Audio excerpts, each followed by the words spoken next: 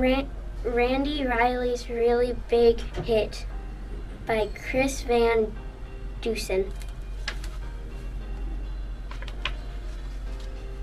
Randy Riley stood at bat.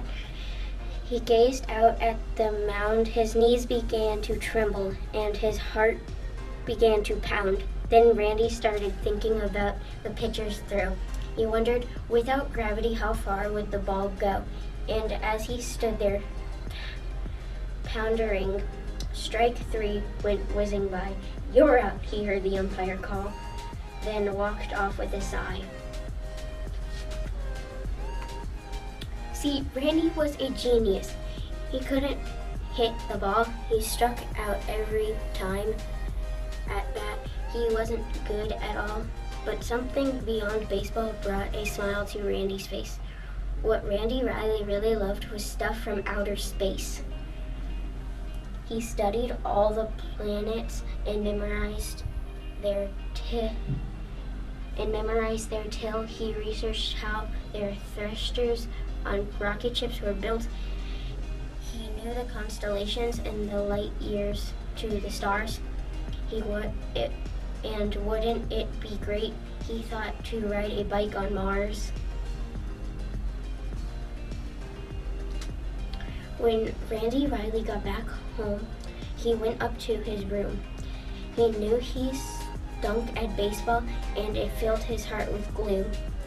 So he took his favorite robots from the shelves above his bed and staged a game of baseball with his robot team instead.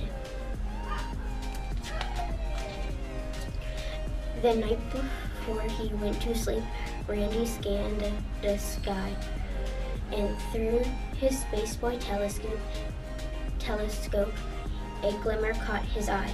He fiddled with the focus till he saw it crystal clear. It was a massive fireball, and it was coming near. Alarmed, he started plotting the projection of its path. He formulated diagrams. He double-checked his math. He calculated quickly and concluded with a frown. In 19 days, the fireball would crash into his town. Randy Riley flew downstairs to warn his mom and dad. The impact would be major, the damage would be bad. He explained the situation until his face was red, but they told him he was tired and they sent him off to bed. Poor Randy couldn't sleep at all. He thought the whole night through. By morning, it was obvious just what he had to do. He gathered what he needed with determined resolution. He lugged it off behind the shed to work on his solution. Randy toileted for 18 days while the other kids had fun, but he was on a mission, so he worked till it was done. Everybody burst outside as fear and panic grew, but Randy ran back to the shed. He had a job to do. He grabbed the tarp and gave a tug. It slid off to reveal the mighty Math robot he wielded out of steel. The robot needed power, and Randy knew precisely that 97 batteries would energize it nicely. The eyes lit up, the engine whirled. Step 1 was now complete. So far so good, thought Randy.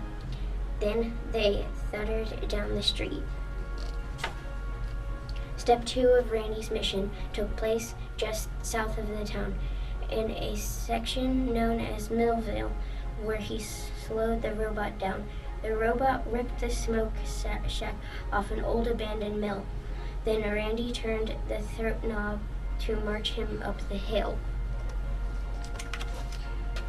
Back in the town, the people were as frightened as could be, but Randy knew the time had come for critical step 3. The robot burst through the trees, stepped up, and took a stance, while everyone fell silent as if frozen in a trance. Randy's eyes were on the ball. No room for error now. Step 2, 3, 2, 1, and flip the switch. Swoosh, and then kapow! A blinding flash and booming crash. He knew what he had done. Randy Riley had hit his very first home run. The fireball sailed out of sight. A rousing cheer began. Hooray for Randy Riley and his giant metal man. As the crowd went crazy, Randy stood there with a grin and mumbled, "How predictable, a fastball low and in." And things returned to normal after Randy saved the day. He went back to baseball field to join his friends and play.